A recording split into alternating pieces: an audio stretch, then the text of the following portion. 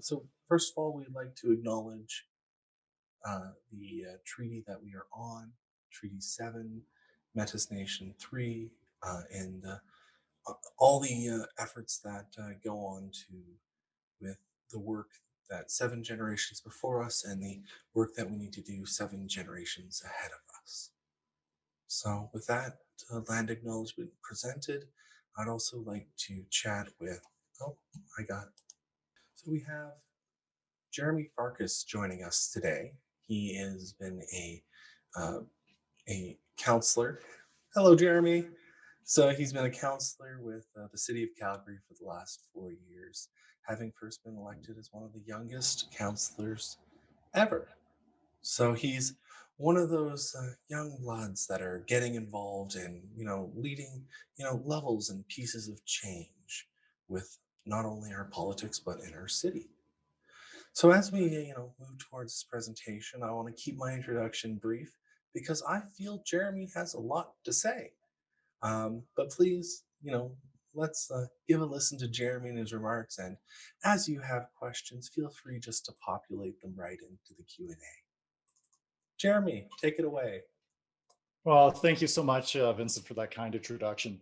And thank you to the many Canadian Club members and guests for the opportunity to be here with you today. While I wish we could be together in person, I'm confident that the time will come soon that we'll be able to meet again. So until then, it's really my privilege to be able to welcome you here to my living room. So despite our distance, I'm thankful that we're still able to connect.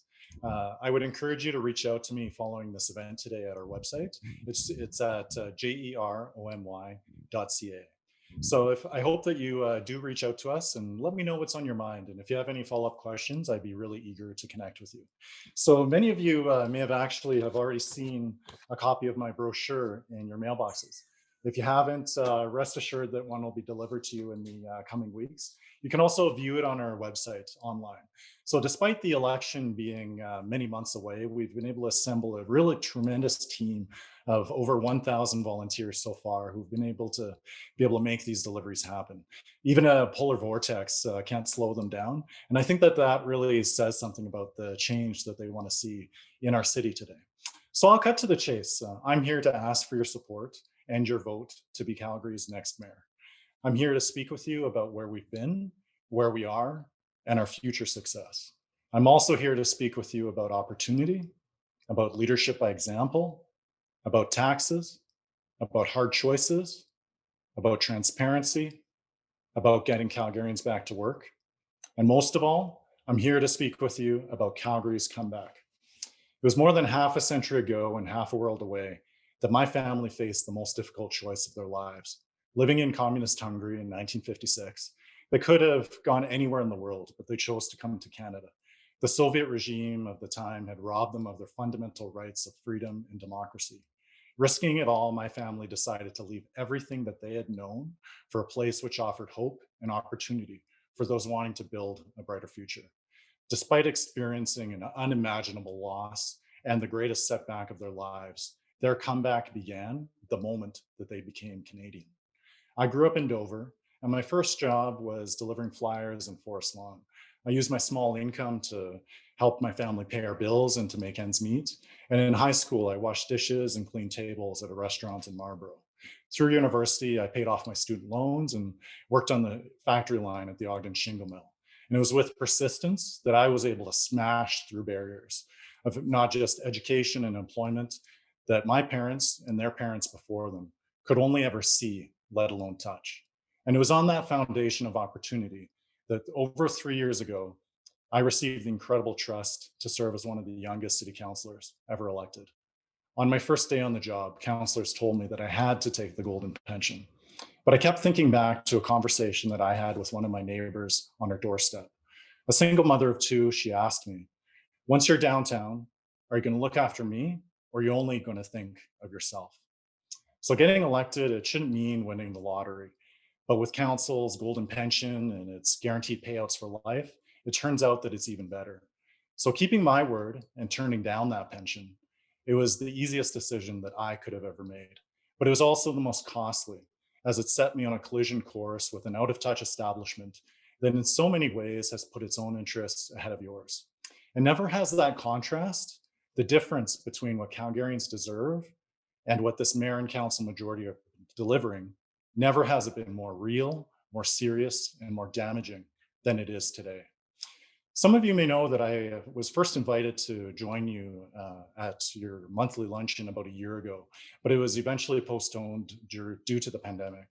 A lot has changed since then, and none of us could have ever imagined how our entire city, our province, country, or our world would be forever changed. We Calgarians are facing generational challenge, the details of which you're all too familiar. A collapse in oil prices, combined with an international campaign against our number one industry, and a once in a century pandemic, which has killed nearly 2,000 Albertans. Our office towers are 1/3 empty, and many of our largest companies are teetering on the edge of solvency. Thousands of small businesses have already gone under.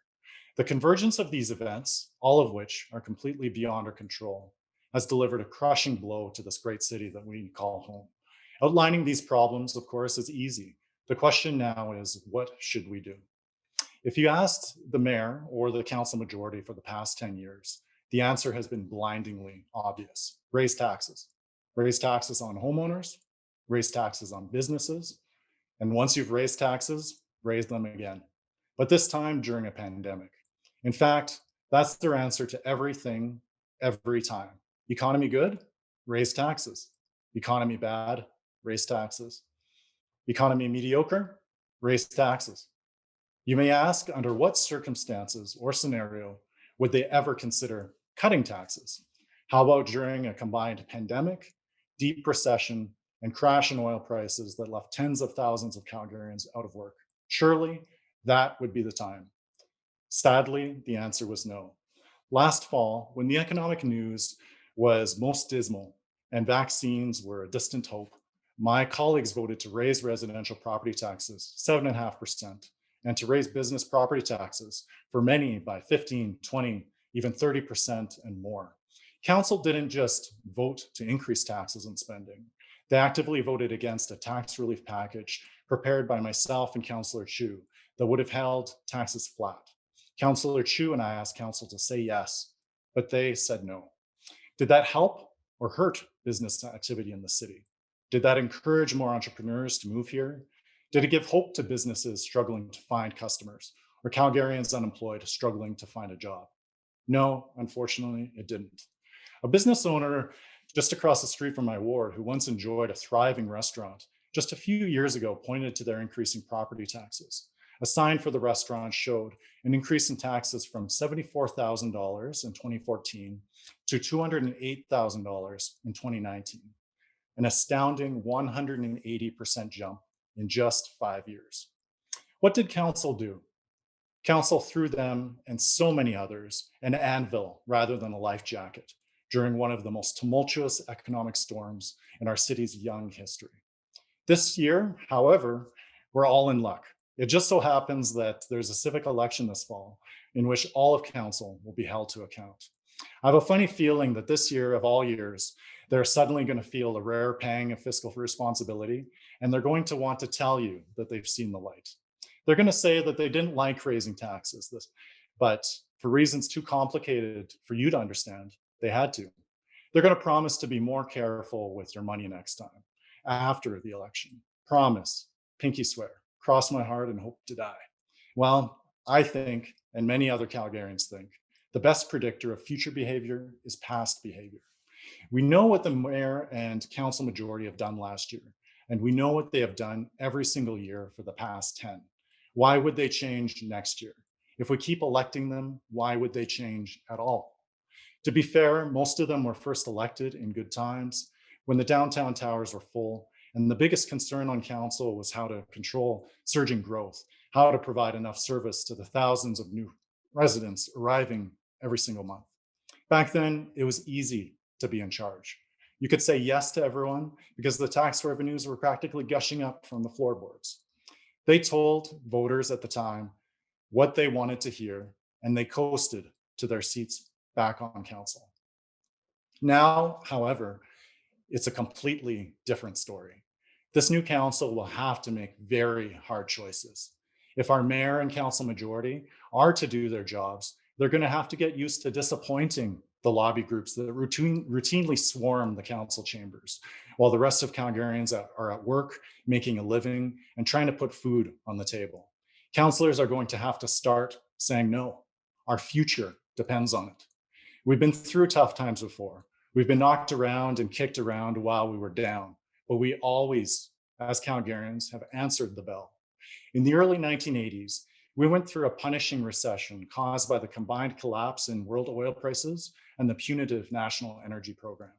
Construction activity here in the city, it lurched to a standstill. Several buildings stood unfinished for years while other projects got no further than a hole in the ground. Thousands of people moved away, convinced that Calgarians' best years were behind it, so they said. But Calgarians, we were the ones who had the final say. We elected and then re-elected some of the most financially responsible councils ever, led by Ralph Klein and fiscal hawk Sue Higgins. It was a decade of tough choices, of sacrifice, but our leaders worked hard, and when growth returned, the city was in excellent fiscal shape, and our sails were hoisted to catch the wind. The comeback was greater than the setback. Our response to our crisis and our opportunity will also be judged by future generations. What will they say of us 30 years from now? Will they say that we took our financial responsibility seriously and kept taxes low to help Calgarian businesses stay afloat? Or will they say that we made a bad situation worse by heaping more misery on property owners and companies struggling during a pandemic and international blockade on Canadian energy? It will be this council, chosen by you, the voters, this fall, who will make those decisions. It will be you who decide whether Calgary's comeback starts this year. Our City Hall leadership must follow the lead of Calgarian families and business owners who have made so many difficult but necessary choices through these challenging times. That means being bold and, simply put, putting needs before wants. It means creating a high-performance government and kickstarting an economic renewal that will make the city the place where everyone in the country and in the world wants to come and do business again. It's about keeping taxes low, eliminating unnecessary red tape, and bringing back the business-friendly environment that Calgary was once known for all throughout the world. It means incentivizing all employment sectors, from the energy sector to manufacturing to the growing tech sector. It's also about prioritizing a safe city that protects Calgarians, their loved ones, and their property. Our leadership must commit to prioritizing the safety of every Calgarian, rather than indulging in risky experiments like defunding and abolishing the police, all at the risk of our communities and economy. I want to make clear to you that I will always stand up for our police officers and all first responders, because this investment in these important services are a direct investments in our communities. It's been a challenging time for Calgarians, as well as our frontline services who are trying their best to respond. Safety and security are so vitally important in order to ensure that Calgary can be a vibrant and attractive place to live, raise a family, run a successful business, and attract new residents. From quality of life and a young, talented, educated workforce, this city has so much to offer. We have the rare, once-in-a-generation opportunity to right the ship, if only we make prudent decisions starting now. I envision businesses moving here, not moving out. I envision a highly effective government that offers its citizens good value for money, rather than more fees for less service. I envision Calgarians no longer struggling and instead finding prosperity. I envision well-maintained streets, parks, and infrastructure, and including an efficient, affordable, and safe citywide transit system. Amongst our competitors, ours is the only major city without a downtown police station or a rail link to our airport.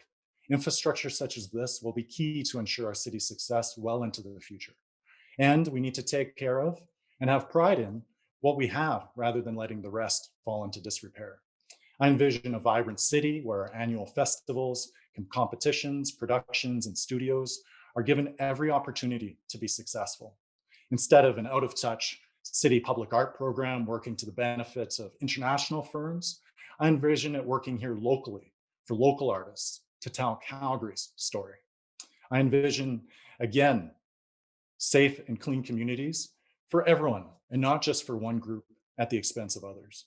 I envision a city where our children and our young, talented, educated workforce want to stay here, can find a job here, make a good living here, and raise a family here. More than anything, I envision a city hall that works for Calgarians rather than against us. Calgarians should have easy access to voting records and documents to fully understand how their representatives have voted on important issues and how they're conducting public business and spending public money. Now, 10 years after this mayor was elected on a platform of transparency, council has earned the dubious distinction of conducting the most secret meetings of any major city in Canada and likely North America.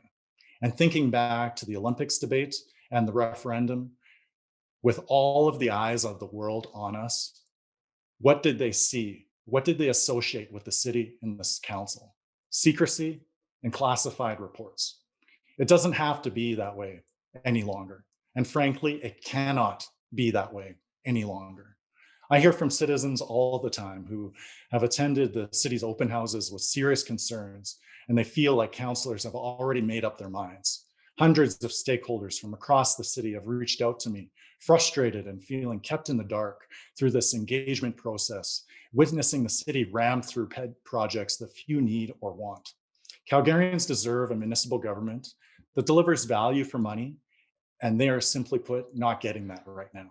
Creating an economic plan that creates jobs and attracts investment is key, as is red tape relief for existing businesses so that they can expand and grow. We need a mayor who will champion our city and our natural resources.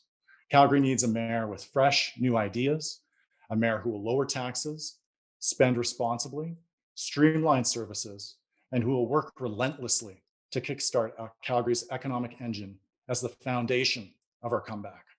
They need a mayor who will foster relationships with all industries, all businesses to make Calgary their base. They need a mayor who understands the importance of small businesses in revitalizing our city. City Hall needs to break down the walls that are put up between entrepreneurs and success. City Hall needs to let business owners who have the courage and tenacity to chase their dreams. And if we're going to succeed in getting the city back on track, we need to do more than just get our mayor and council on the right track. We need to get them out of the way. Together, we will ensure Calgary lives up to its promise by creating a high-performance government at City Hall that is efficient, effective, and lives within its means. We have to work relentlessly to lessen the burden and help our hard-hit families, seniors, students, and workers not just survive, but thrive. Calgary's recovery and renewed prosperity require a long-term vision for business retention and economic development. As you make your decision during the upcoming election, I hope that you'll consider my plans to create a positive business environment and to unleash Calgary's truest potential without increasing taxes on citizens or entrepreneurs. I need your support to work with a new council, hopefully to give tax and red tape relief to existing businesses so that they can thrive and grow. This will attract new industries and make sure we keep Calgary businesses right here where they belong. Restoring Calgary as a business-friendly city is crucial for our future success. Our team has assembled incredible roundtables of business leaders and entrepreneurs spanning every industry, and will soon be presenting very specific platform policy proposals. And unlike other candidates, I have both the credibility and the experience at City Hall to hit the ground running from day one.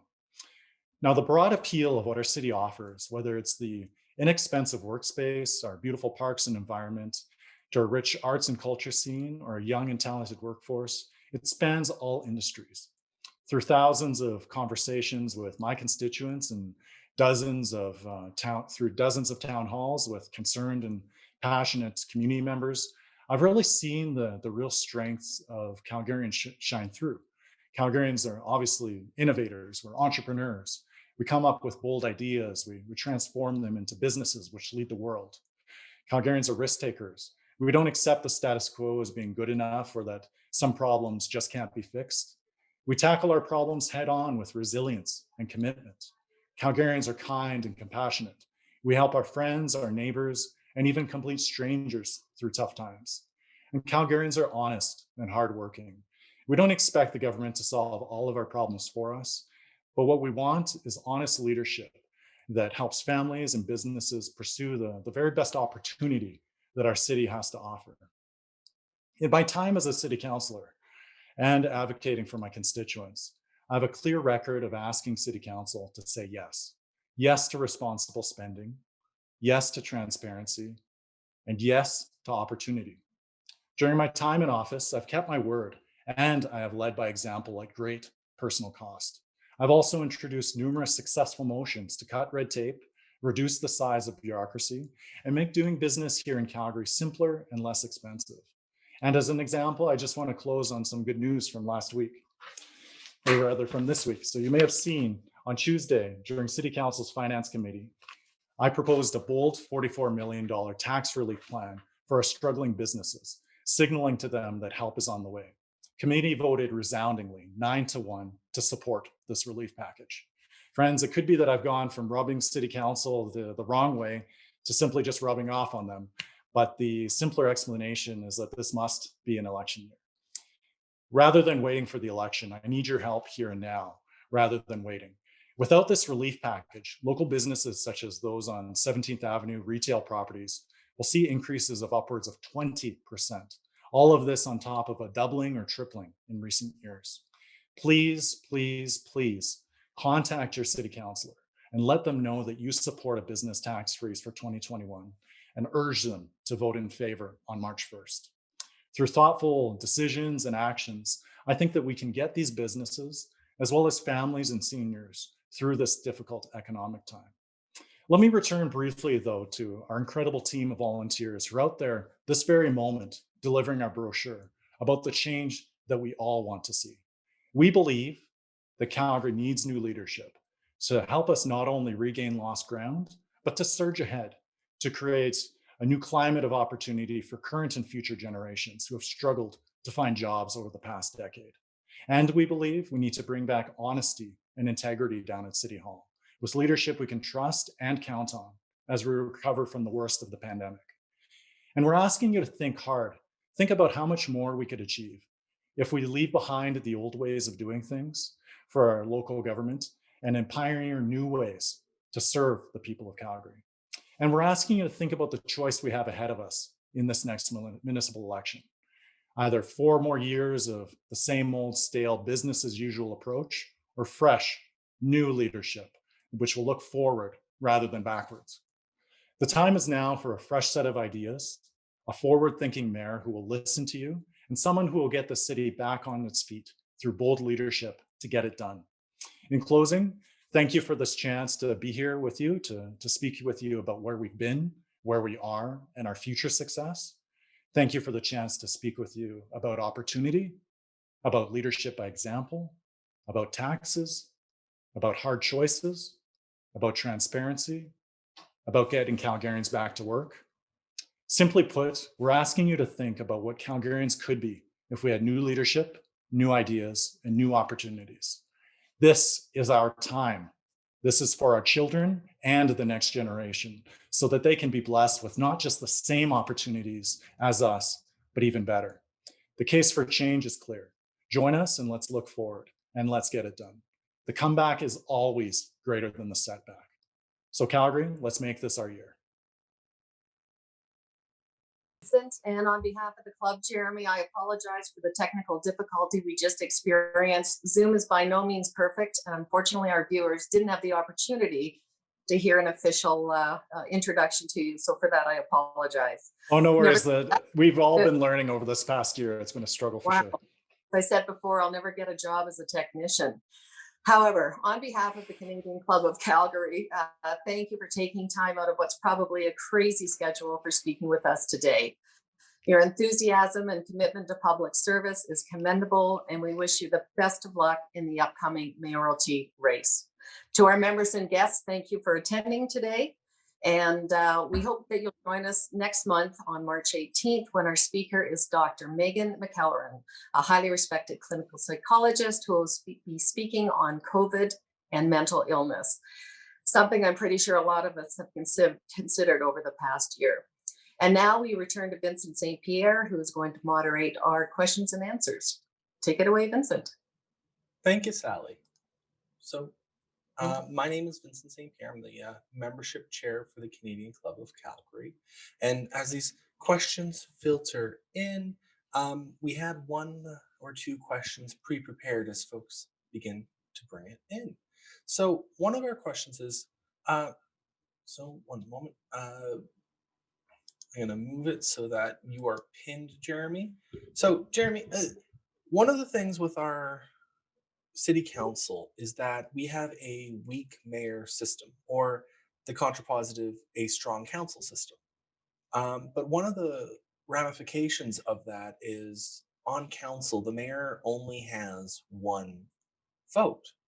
So you have to rely on Mhm. your skills to persuade, to cajole, to listen to other councillors, to actually count to those 8 votes to get something passed.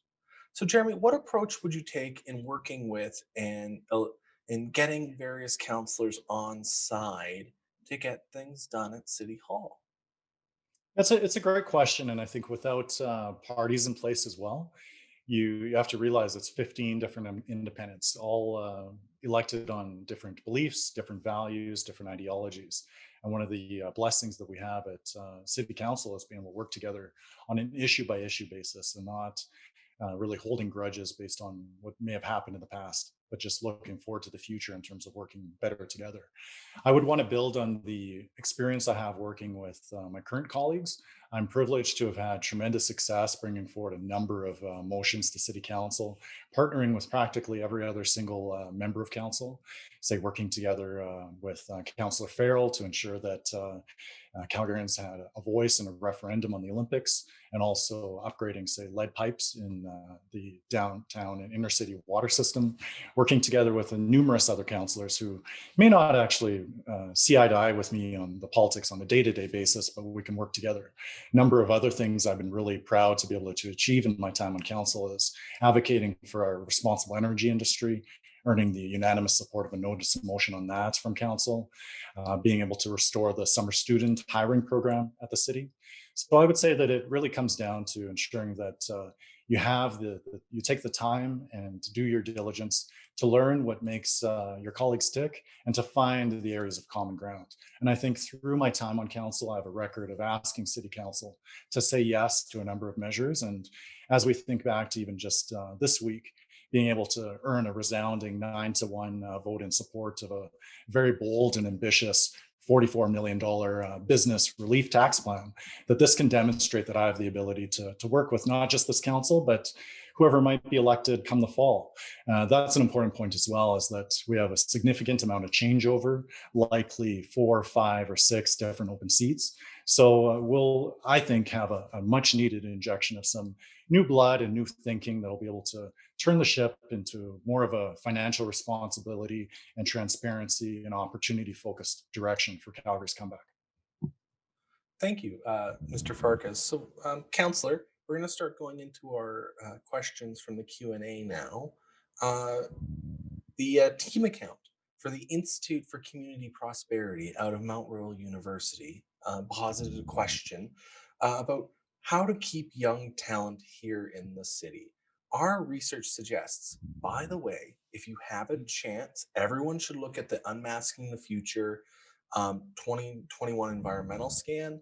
I've read about half of it. They deliver an excellent report to the community on the challenges that lie ahead, not only for this year, but in the decade ahead.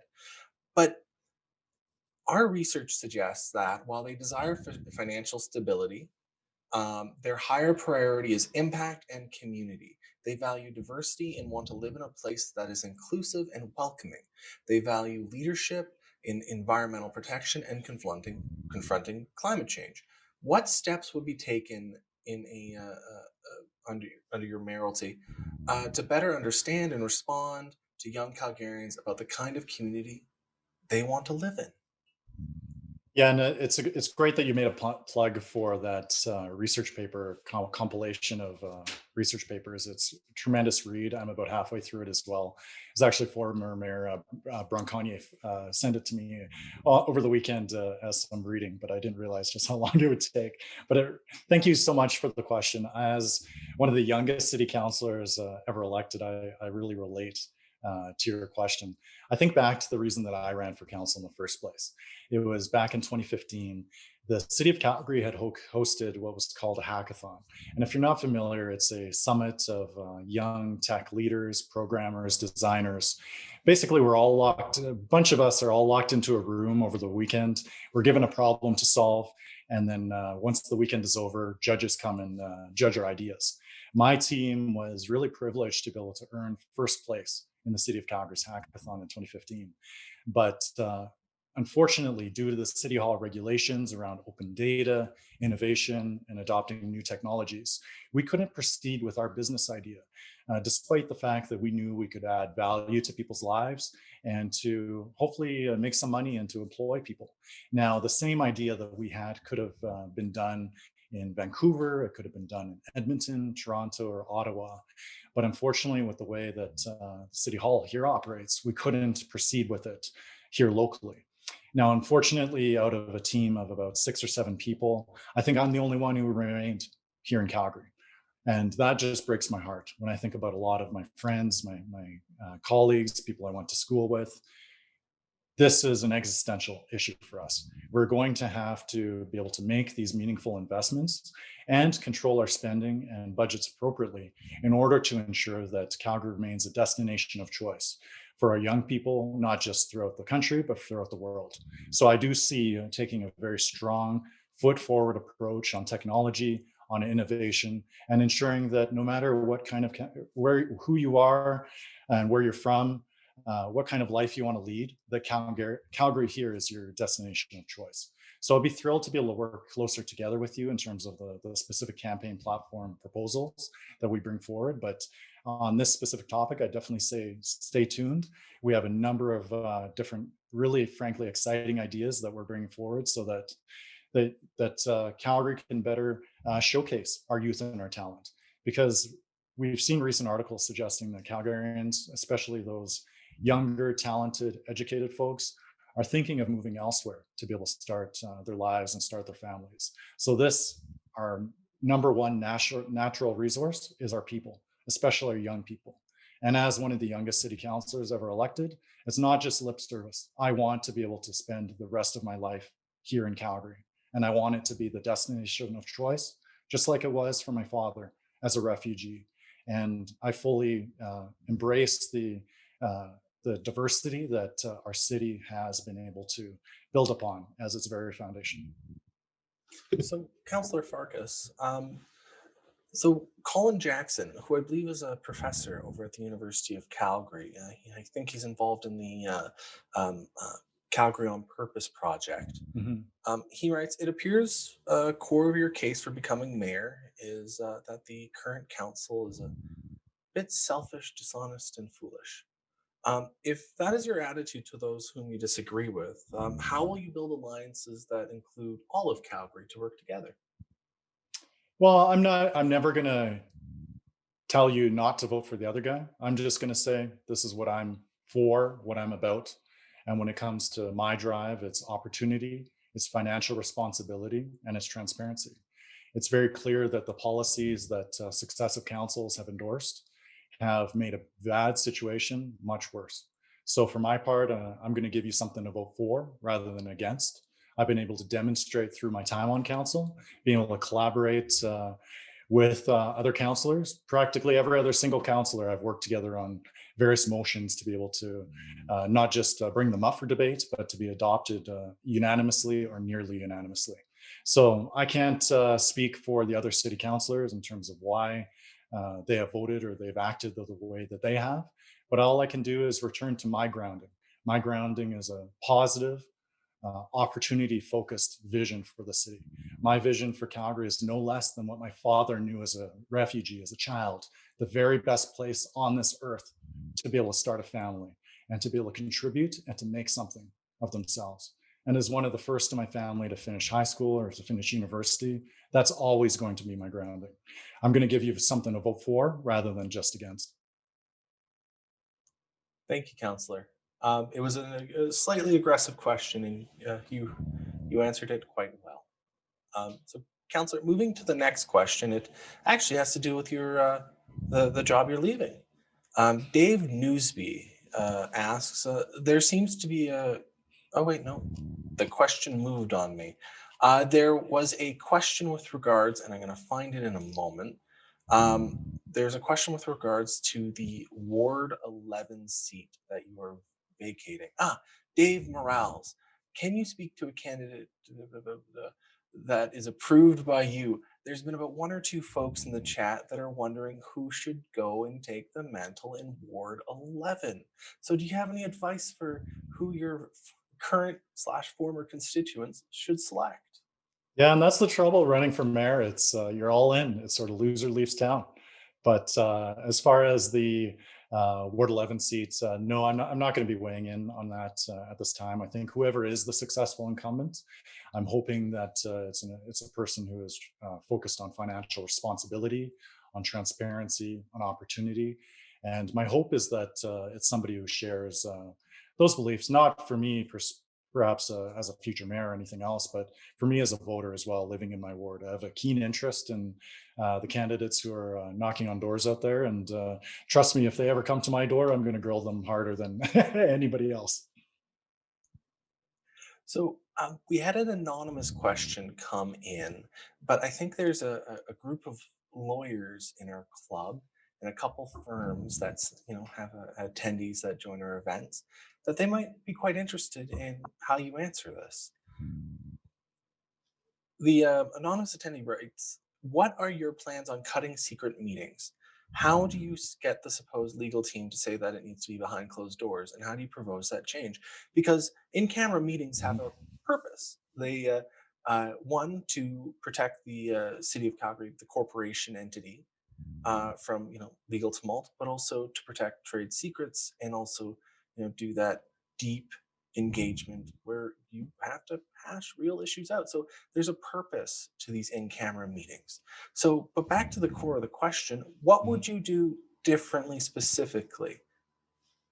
So this is a good chance for me to plug our website, jeromy.ca. So if you go just to jeromy.ca,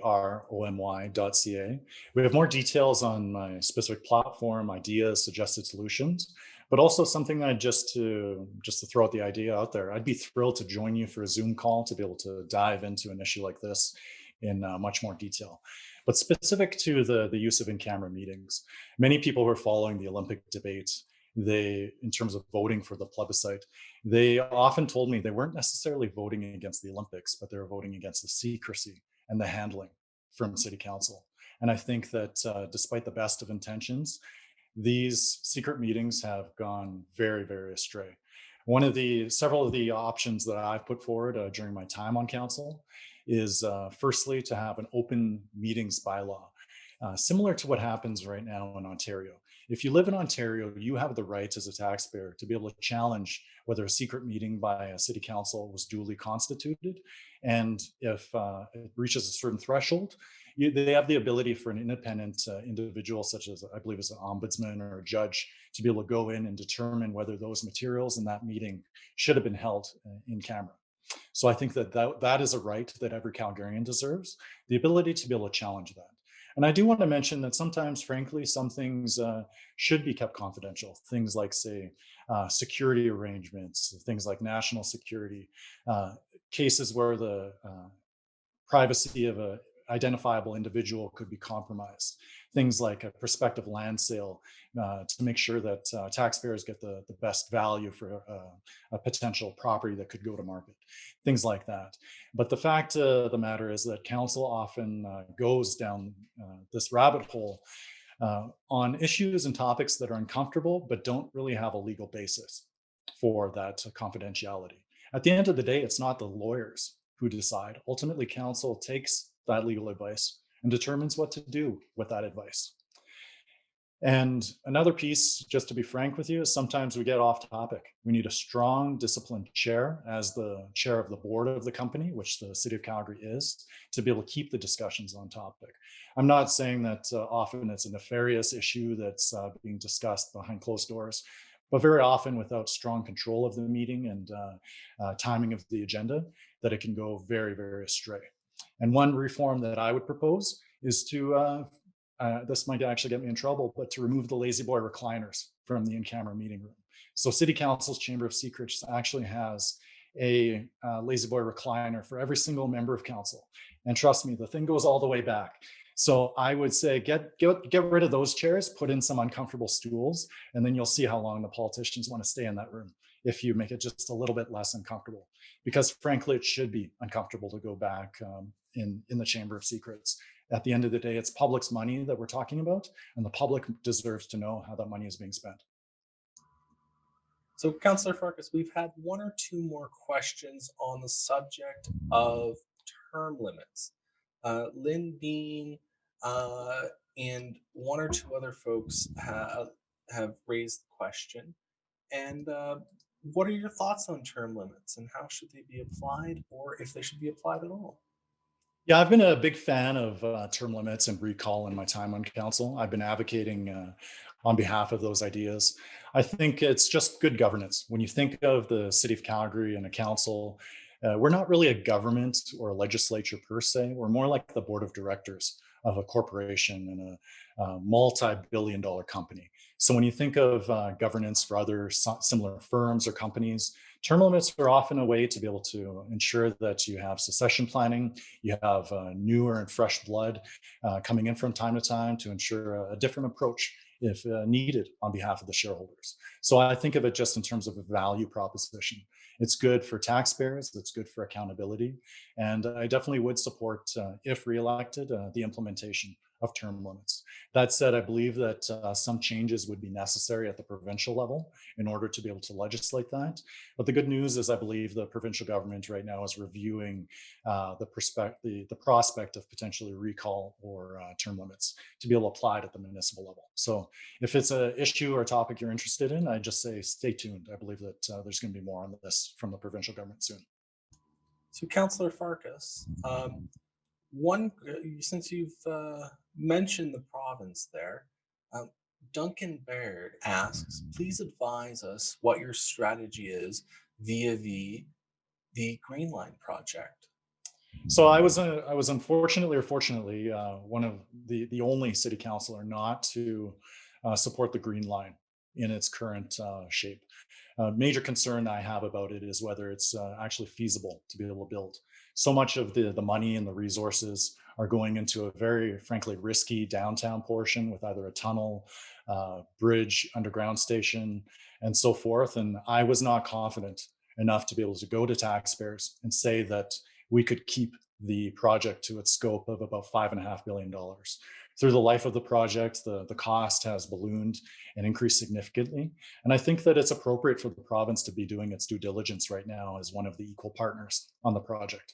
So I definitely do support Minister McIver's review of the project to make sure that it is something that we can build. As I mentioned in my remarks, though, I do see in my vision for our future going forward, investment in quality infrastructure, safe and affordable transit infrastructure. And I can't help but think why we wouldn't want to go for a fraction of the price to implement things like an LRT link to the airport, something that we know that we can build, something that can serve us not just for tourism or conference opportunities, but also to get those who are employed at the airport through logistics and the goods movement to their jobs quicker and faster. Another piece would be, could we start with the south portion first, down all the way to the South Health campus?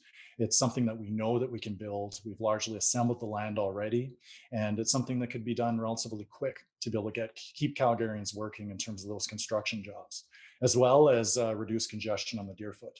So at the end of the day, I am in support of quality transit infrastructure, but I believe that this current proposal and this current plan, frankly, it's too financially risky and dangerous to proceed with it, at least without the answers that many taxpayers have been asking for. So, and this is a question from Dave Newsby, the person I misread earlier. There seems to be a growing restlessness with the city's guidebook for great communities initiative, particularly the push for densification of older inner city communities. What is your position on this stream of work and its conclusions? But before you get into that, can you explain to the group that what is the city's guidebook for great communities? So the Guidebook for Great Communities is a planning document that some say radically changes the city's approach to redevelopment and development, not only in the suburbs, but also in the inner city. And it pushes Calgary in a very pro-density and frankly anti-car, anti-automobile mentality. There's a number of different mechanisms and policies in there that try to punish or to otherwise tilt the scales against people driving. Things like auto-oriented uses, which means things like a drive-through or a mechanic shop, wouldn't be allowed around the transit network or in neighborhood corridors. So things like, if you can imagine it, the gas station at Brentwood's Co-op, or the drive-through on the McDonald's drive-through on 17th Avenue, these things would be allowed to stay for now, but future things like them would be much harder, if not impossible, in the future. It also proposes to manipulate parking prices. And what that means is to increase parking prices in order to be able to further ensure that Calgarians choose to walk or to bike to their destination. I don't support the guidebook in its current format. I do strongly support the community volunteers and community associations, who many dozen now have resoundingly presented at City Council, urging for careful review and amendment to the document. So I'm going to be putting forward a number of different amendments. The biggest bone of contention, though, is how it proposes to reclassify what it means to be low density. Right now, many families choose to live in what's known as R1 neighborhoods for a reason, basically a single family detached type zoning. With the guidebook in place, it'll make it much, much easier for future applications for things like duplexes, row housing, and so on. And I happen to just to think that your home is more than just an investment of money. It's an investment of time, and it's an investment in yourself and your family. And I believe that it's incredibly disingenuous for council to be pursuing policies like these, which potentially could significantly increase the costs of Calgarians and undermine their investments. So to be clear with you, I do not support the guidebook in its current format. I do believe that we need to be thoughtful and strategic about future growth. We do need to be business friendly, but we need to make sure that at the end of the day, anything and everything we do serves the families and the people who are living in our neighborhoods today. So Jeromy, we have one question that's been voted up 4 times in the Q&A. Well, technology is awesome when you don't get to decide in it anymore, Vincent. It's just everyone does it for you. Well, it makes my job easy. But it's another anonymous question. It sort of builds on the Great Communities point. The anonymous attendee writes, urban sprawl is very expensive for taxpayers and not needed. Why did you vote in favor of the 14 communities in neighborhoods in 2018? What is your vision for the densifying of existing neighborhoods and increasing home values? So I think we need to build up and out versus trying to drive inner city dwellers against those who live in the suburbs. I think Calgary's competitiveness and our affordability relies on a number of different options. It can't just be people forced to live all the same way, biking or walking to work, living in a high rise. Frankly, that's just not practical or affordable for everybody. I think we need a multitude of choices that includes neighborhoods which are largely single family homes. It requires steps up in density for, say, seniors to be able to downsize from something that is just not practical for them anymore. But at the end of the day, it shouldn't be City Council making that choice for Calgarians. We should be enabling the choice and letting Calgarians choose for themselves. In terms of the business cases for the new suburbs, I did not support them when they came around to City Council in late last year, because I didn't believe that they had a strong enough business case. And I think that we need to look at it on a business case basis rather than going to these very tried and tired cliches around sprawl and so forth. Not every subdivision is created the same. Some, frankly, have a much better business case than others. And if any of you have been out to some of these newest suburbs, frankly, the way that we develop now in them is some of the most dense neighborhoods outside of the downtown core. So some of them actually are on a break-even basis or actually contribute to the bottom line of taxpayers in a positive way on our operating expenses. Others are a capital or operating drain. But it's hard to answer your question in a us versus them kind of way, because not every business case is made the same. And I think as a city council, we need to make these investments and these decisions based on the numbers rather than empty ideology or rhetoric. So my votes have always been to try to keep the city budget going in a financially responsible direction. I've tried to lead by example through significant personal cost. And at the end of the day, I want to make sure that Calgary is the best possible city for opportunity for anyone and everyone, regardless of how you choose to live. So my view would not be City Hall imposing its agenda or its vision upon you, but it would be to make sure that the ingredients are there for you to be able to thrive no matter what kind of direction your family or your business wants to go. Thank you, Councillor. So we've had about 5 questions, some in the chat. Yep, I've read your comment, Frank. I hear you about being accusatory and suspicious, and you're asking why. No, it's just, it's Jeromy can take the questions. He No, doesn't. Vincent, I would just offer that I think that was Colin's question. Colin and I have a good relationship. We see each other very often at various events. So I don't take it to be accusatory or anything like that. Yeah, but it was a more comment that you regularly engage through Facebook Lives and online tools. So the back and forth, you're willing to engage with some of the more aggressive questions, and I think that makes people not only more accountable but a better public servant. So thank Well, you. the highlight actually, Vincent, of my time on council has been our regular town hall meetings where anybody can come ask me any questions they want. You get the microphone. It's a very dangerous, I'm told by some of my colleagues, it's a very dangerous format for politicians to be out there in front of a crowd and give the crowd the microphone. But that's always been my style. I'm happy to stand by my record. I'm happy to explain myself. And this is a little embarrassing to say, but I'm never the smartest person in the room. I'm always learning something. And I want the public to be direct and frank with me, just as I want to be direct and frank with the public. So as we close out, we got 5 minutes left. I do want to get to one of the questions that's been asked in about 5 different elements.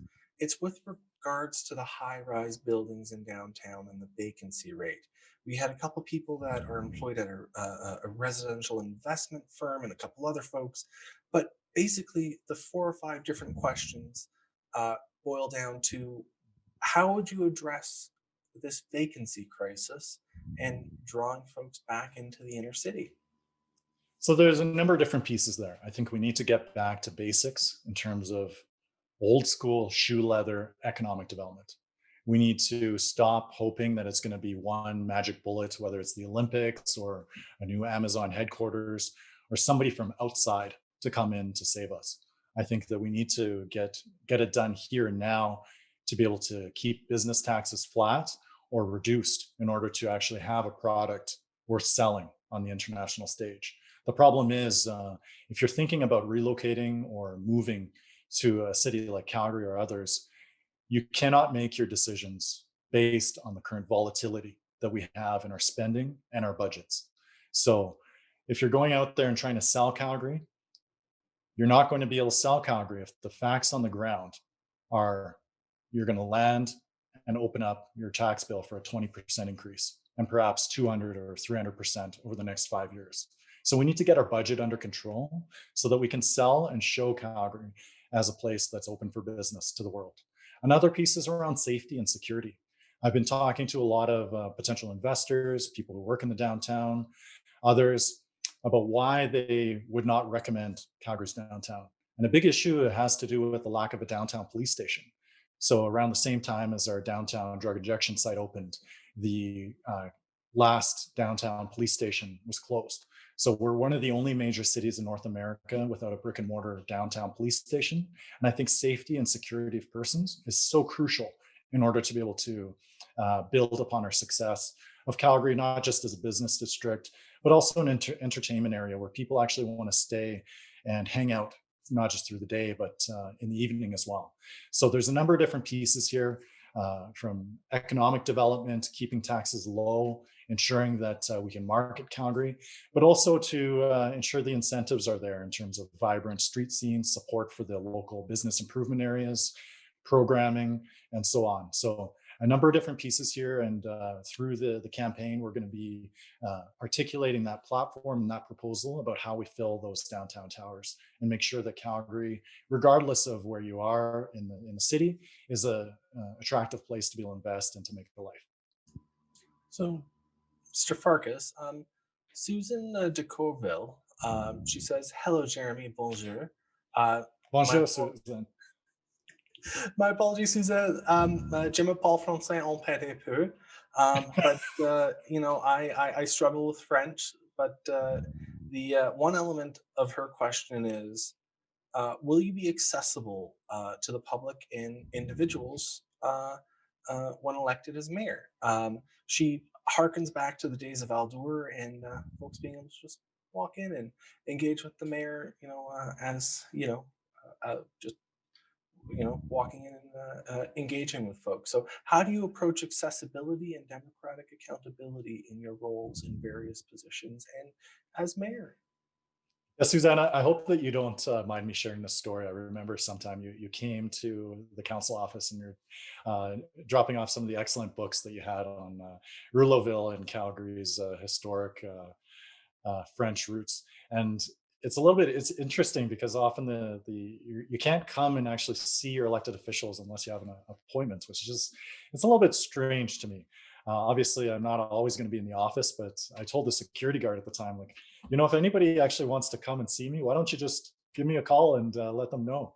But I was able to intercept Suzanne, who just came by the office. And yeah, Suzanne, I think you've been able to work with our office as the Ward 11 councillor to be able to get done a number of really exciting initiatives. Credit you and the History Wrangler as well for being able to draw light on Rouleauville, as well as to help us with our successful motion to have the bilingual stop signs and mission. I really appreciate the work that you've done.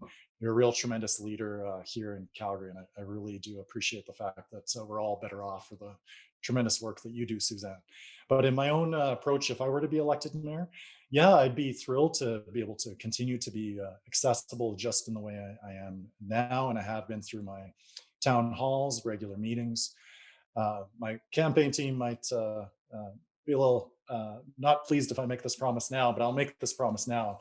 I'd be thrilled to continue to host my monthly town hall meetings if I were to be elected mayor, where anybody can come and speak with me to be able to raise issues, concerns with me, and I'd be thrilled to be able to continue, again, that tone. The tone is really important. At the end of the day, you pay my salary. And I think that the tone has gone a bit astray downtown when you think of the golden pensions, the perks. It seems in many ways City Hall has forgotten who it works for. And I promise you here now that I will never forget you, Suzanne, and I will never forget that I work for Calgarians and not the other way around. So, Jeromy, we're at the 12:31 mark. So as we draw to a close, we've had about, let's see, 9 plus 17 plus 14, almost 40 questions sent your way, plus various questions that were sent through the chat, but not the Q&A function. So if folks wanted to follow up, what would be the best way to get a hold of you? So the best way to get a hold of us is just at jeromy.ca, and that's jeromy.ca. I'd be thrilled to schedule a call with you either one-on-one or maybe even do another Zoom meeting like this. One of the best ways for us to get the word out is through sort of digital coffee parties, where you invite me into your home virtually and you assemble your friends, your family, your coworkers, whether you like me or not. So if you don't like what you think I'm about, why don't you just pick up the phone and challenge me to come and join your meeting? I might just prove you wrong. Anyway, so thank you so much for joining us today, Jeromy. As we move to the end of the event, and everyone has his contact information. We'll be circulating that with the survey that we forward around after every event. So please, when you receive the survey, you're also going to receive a quick email saying, hey, This is the contact information for Jeromy and his website. This is how you connect with him. But we're also taking in feedback to improve and build on our events, because this Zoom thing, a little strange, to be entirely honest. It is so strange, Vincent. But everybody's got to rate me pretty well just so that I can get invited back. We'll leave the talk of the next election aside. Sounds good, Jeromy. So, but next thing, none of this. So, Jeromy, I'm going to demote you back down to an attendee. So we'll reconnect later for the 1:15, and I'll send you the email invitation for that. Sounds good. Thank you so much, and thank you for the tremendous opportunity, and thank you for all the great work that you folks do. Perfect. Excellent. So, as we close out the event, one of the things that allows us to continue to function as a club and as an organization is membership. One of the things that these conversations don't happen, we don't get to engage with individuals or pull people in and actually engage in a civil discourse and a discussion on issues that are important not only to the city but province and country, without the support of our members. So thank you to the members that are in the audience right now. And if you are interested in joining the Canadian Club of Calgary as a member, you can do so easily as 123 on www.canadianclubcalgary.ca. One of the reasons we were able to pivot so reasonably easily during COVID was because of commitments from members, not only to renew, but also take that conscious investment into this organization to be able to provide these webinars. Because just because there's a pandemic doesn't mean the public conversation or the public discourse should be eroded or be undermined either. So again, thank you so much for joining us today. Thank you for engaging with this speaker. Some of these questions I'm going to take back and bring to Jeromy and his crew. Please fill out the survey. It helps us not only improve the next event, which is March 18th with Dr. McKellerin on COVID and mental health. So please RSVP for that. It's already on the website at www.canadianclubcalgary.ca. Again, thank you for joining us. And I'm going to hit the end of the event button in about 2 seconds. So it's appreciated. Thanks for the comment, Colombo. I can't control what Jeromy does, so don't worry. I can't help you there. Thank you, Leslie. Appreciate the effort of your excellent moderators. You should meet our speakers team. Sally and Susan are all stars. They really make this happen. Not only do they hunt down and recruit these amazing speakers, but they create the opportunity for them to engage as well. So it's pretty great. Anyway, so I'm going to save the chat, and if there's any other items, please fill out the survey so we can react and support and action them. So again, thank you so much and have a great evening.